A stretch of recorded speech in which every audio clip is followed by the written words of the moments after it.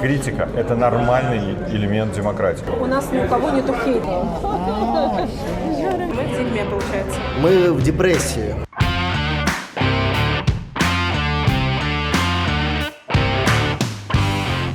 Как сделать так, чтобы люди перестали ругаться? Я думаю, что треба, каб усе выругаліся, все выказаліся, все подзяліліся болем і просто ў пэўны момант пачалі быць сумленнымі і шчырымі. Таму што вельмі доўга не сустракаліся разам. Гэта праўда, што на працягу апошніх гадоў такіх фізічных сустрэч няма. Хтосьці раскіданы ў Вроцлаве, ў Кракаве, ў Варшаве, ў Вільні, ў Тбілісі, у Менску, ў горадні, ў Берасці, і кожны па сваіх жыве вось такіх куточках, маленькіх светах. Крыўды нарастают, неразумение нарастает. Не ругаться, а слушать и слышать друг друга. И это нормально, потому что когда мы что-то говорим, важно, чтобы нас услышали партнеры, и на основании этого принимались решения. Решения совместные. Критика – это нормальный элемент демократии. Хамство и грубость – это недопустимо. Беларусь, на самом деле, была она очень долгое время лишена то, что можно назвать культурой политики, культурой парламентаризма, культурой дискуссии, потому что все начало заканчиваться в 95 году, когда люди только распробовали то, что там транслируется заседание парламента онлайн, обсуждаются какие-то вопросы, люди там спорят над запятыми в законах. Это, конечно, нудно, но этому нужно учиться. Потом, с 96 года, медленно, но верно, и фактически сейчас там, с экранов телевизоров, с экранов СМИ, официальных, белорусских, государственных, просто доносится тупо какая-то одна позиция, которая не предполагает ответа. Там, где есть элементы дискуссии, это начинает напоминать российский крик-шоу, когда 5 человек топят за одно и одновременно топят спикера, который просто пытается какую-то другую критичную точку зрения донести. К большому сожалению, похожие процессы начинают как в зеркале, и по другую сторону происходить. Почему? Потому что, тоже этой культуры не хватает. То есть понятно, что мы все сейчас на информационной войне. Но если СМИ, то нужно поддерживать именно дискуссию. Тогда этот градус того, что называется бульбасрачем, но это, наверное, тот этап, который мы тоже должны пройти перед каким-то взрослением политическим, он будет максимально понижен. Мне просто показалось, что вы скорее до того, как был тезис про СМИ, вы говорили про отсутствие в целом культуры дискуссии. Дискуссия, публичная, она отражается в СМИ. Что вы мне хотели сказать по поводу нашего, я так понимаю, текста топ-Димсил? Это, в принципе, в отношении касается очень многих независимых средств массовой информации, белорусских средств массовой информации. У нас есть большие вопросы в отношении независимых средств массовой информации, потому что мы видим, что, к сожалению, на сегодняшний день вы покрываете работу и инициативы только одной политической партии. Вы не освещаете практически инициативы других политических субъектов. И, к сожалению, мы видим то, что количество хвалебных статей, допустим, в отношении одних людей, они превалируют над количеством негативных статей в отношении других политических лидеров. Что касается средств массовой информации, это очень болезненный вопрос. Создать общественный совет, который бы контролировал независимые средства массовой информации. Общественный совет, который... Подождите, вы не дослушали. Общественный совет состоит из независимых людей, которые не принадлежат ни к одной политической структуре. Это обычная, нормальная практика в любой демократической стране. Как вы себе представляете в таком случае нашу работу? То есть это какие-то, вы думаете, нас финансирует офис, либо каким образом мы являемся более лояльными к тем или иным, по вашим словам, персонажам? Я думаю, этот вопрос нужно у вас спросить. Когда я был пресс-секретарем МИДа, я помню, когда тебе задавали очень сложный вопрос, я всегда говорил: следующий вопрос, пожалуйста. Или никто не ответит лучше на этот вопрос, чем автор этого вопроса. Хитро. Это когда был пресс-секретарем, сейчас я не могу этим воспользоваться. Когда я вижу, что вы освещаете какое-то событие или какую-то инициативу одной стороны, или берете интервью у одного человека, вы не получаете комментарий по этому же вопросу от о той стороне, которая дает интервью. То есть это очевидно, это не только про вас, я говорю в целом про наши независимые средства массовой информации. Мы не видим независимости. У нас буквально, по-моему, несколько недель назад был текст с Павлом Усовым. Его, кстати, делала Мария, которая общалась с вами в августе. И когда она делала с Павлом текст, она очень хотела показать именно мысли людей, которые были на форуме в Берлине. И она обращалась и к Ольге Карач, и к Валерию, но ей никто не дал интервью почему-то. Как это происходит? Вы знаете, я впервые таком слышу, потому что Валерий практически никогда никому не отказывает. Першае, нельга кантраляваць СМІ. Другое, нельга спрабаваць навязаць ім сваю павестку. Трэцяе, трэба рабіць так, каб журналістам было цікава. Таму што спаборніцтва за ўвагу СМІ патрабуе таленту, ідэю, крэатыву. Зрабіць так свой праект, свою кампанію, каб усім захацелось пра гэта напісаць, каб было вау, каб было цікава. Я не скажу, что я могу пожаловаться на то, что я обделен вниманием СМИ. Да, я могу сказать, что сегодня, например, одна из газет публикует итоги первого заседания круглого стола по стратегии и, например, не представляет мою позицию. Но при этом я пишу, да, я это заметил, но это демократия, ваше право, ваш выбор.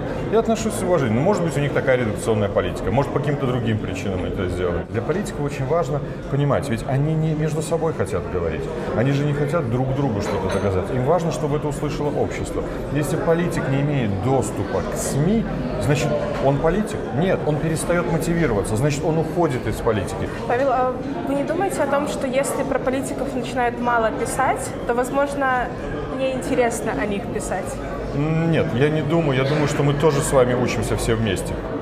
Мы новые политики. Мы строим новую демократию по классическим европейским стандартам. Я думаю, тут все мы друг другу должны откровенно признаться. Но если, например, вообще СМИ демократическая не пишет о политиках, вопрос смысл его существования. Просто писать о репрессиях. И что? Это мы мотивируем общество. Ведь мы же, я понимаю, что в одной лодке. Мы вместе с вами гребем. Очень много хейта. Как нам вернуться к тому состоянию всеобщего любви и понимания, которое царило в 2020-м? Что нужно сделать? Во-первых, у нас ни у кого нету хейта, начнем с этого. Это нормальный демократический процесс, когда мы задаем друг другу вопросы. Мы 2 года практически, вы видите, не выходили в публичное пространство с критикой или с вопросами. То есть мы ждали, что в конечном итоге мы сядем за стол переговоров и сможем открыто проговорить, получить ответ на те вопросы, которые нас интересуют. К сожалению, этого не произошло. Во-первых, большая просьба к вам, независимым средствам массовой информации. Освещайте разные позиции, освещайте разные инициативы. Смотрите, на таких площадках, как Форум демократических сил, мы предлагаем обсуждать абсолютно любой вопрос, который интересует белорусов. Допустим, если белорусов интересует, как бороться с режимом Лукашенко, мы видим, что этот вопрос действительно интересует белорусов.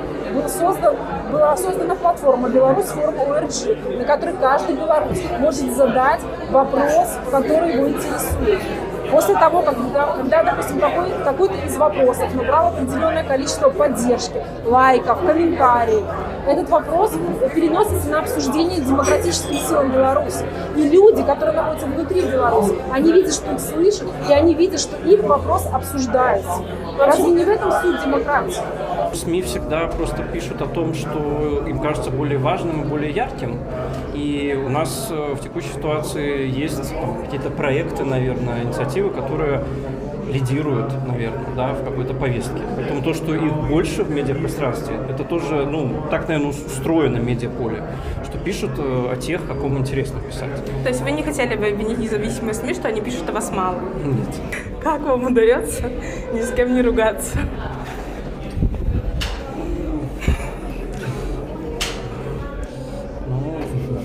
Вот так нам получается ни с кем не ругаться. Вы знаете, у нас ситуация немного отличается, конечно. Наши все лидеры в тюрьме.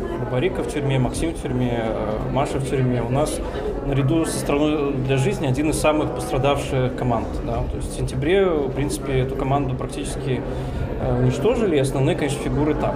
Поэтому, традиционно у нас фокус всегда на них, на политзаключенных.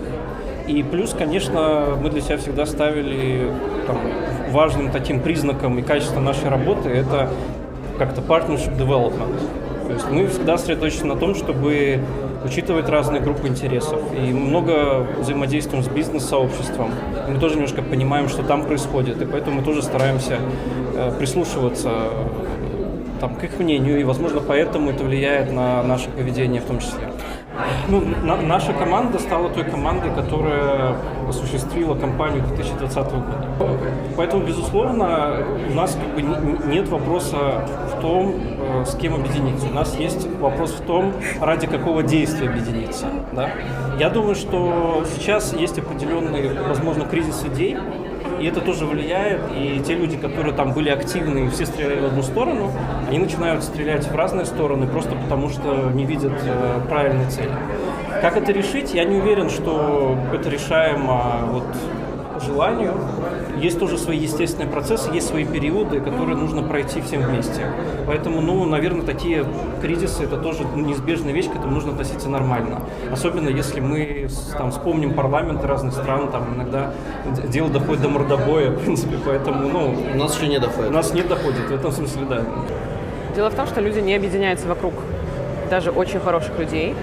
Они не объединяются вокруг даже группы очень хороших людей.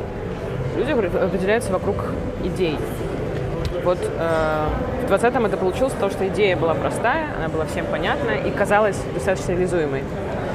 Сейчас мы столкнулись с тем, что в сущности идеи, в которую готово поверить очень много людей, пока что нет. Очень много ходит разговоров о том, что, кажется, другого варианта, кроме силового, нет. Но когда мы смотрим на реакцию на это людей, и когда мы смотрим в исследования об отношении белорусов к насилию, мы видим, что очень сложно сделать так, чтобы белорусы, которые ненавидят насилие и войну, согласились с людьми, которые предлагают насилие и войну. Даже несмотря на то, что на самом-то деле эти люди предлагают не насилие и войну, они предлагают добавление каких-то более радикальных методов к тем, что уже есть. Когда мы говорим о том, что нам нужно все время разговаривать с большими, вообще-то, массами людей внутри страны, учитывать, в каком состоянии они находятся, учитывать, в какой ситуации они живут, и быть честными с собой, что никто из нас вообще-то уже не знает, как это, потому что мы долговато находимся здесь. Все, что мы можем, это слушать, это проводить исследования регулярно, это опрашивать и пытаться понять, насколько вообще это попадает. Потому что действительно, в том числе идея более радикального подхода, она от отчаяния, потому что на самом деле нет ответа на вопрос, хорошо, а как еще? И, возможно, я согласна с тем, что такие режимы, как режим Лукашенко, просто так не уйдут.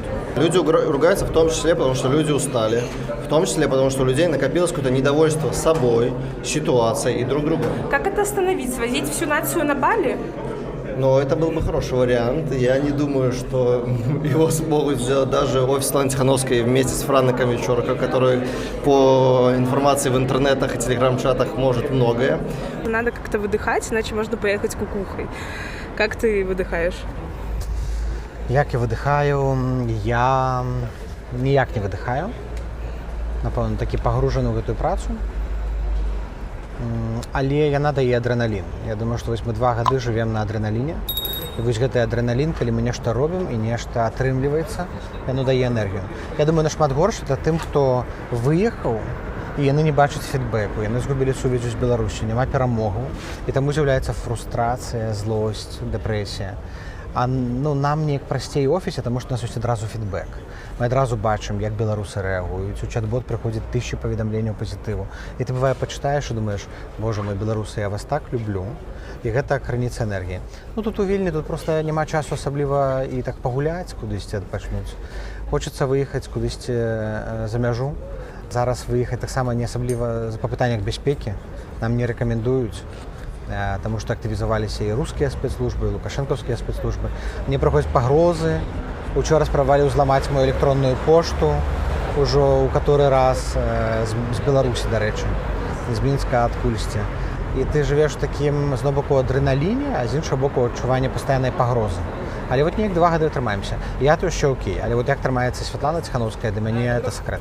А куда бы ты поехал, если можно было поехать в любую страну мира?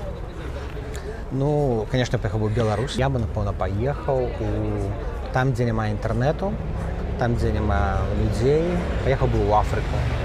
У Африку глядзець на жывёлак, як слоны скубуць траву, як жирафы круцяць головамі.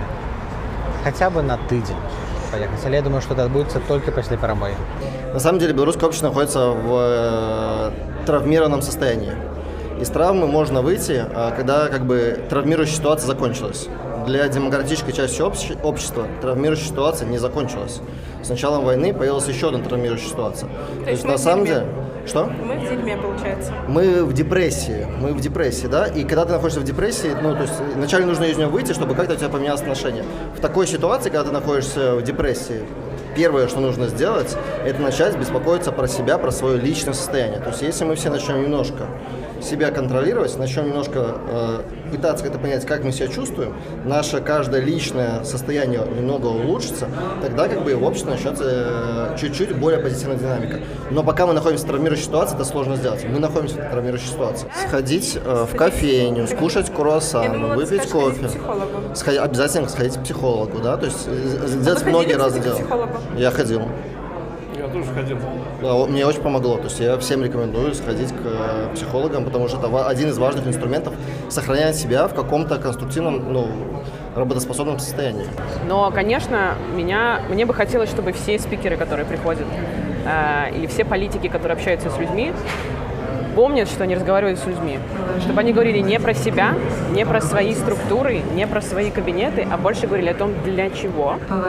И я думаю, что как только они начнут это делать, будет больше шансов, что люди начнут их слушать и объединяться. Мы без белорусов внутри Беларуси ничего не сделаем. Я думаю, что самый важный приоритет – это разговаривать с людьми в стране, продолжать находить способы, признавать, что мы уже не очень хорошо и так как раньше понимаем друг друга, но очень к этому стремиться. Потому что в противном случае мы просто, закроемся вот тут вот в такую бурбалку и будем, долгое время обсуждать, как было бы круто приехать на танки в Беларусь там и всех победить. Но если это не будет относиться, не будет соотноситься с тем, что чувствуют люди, я боюсь, что это усилит разрыв еще больше, чем он есть сейчас.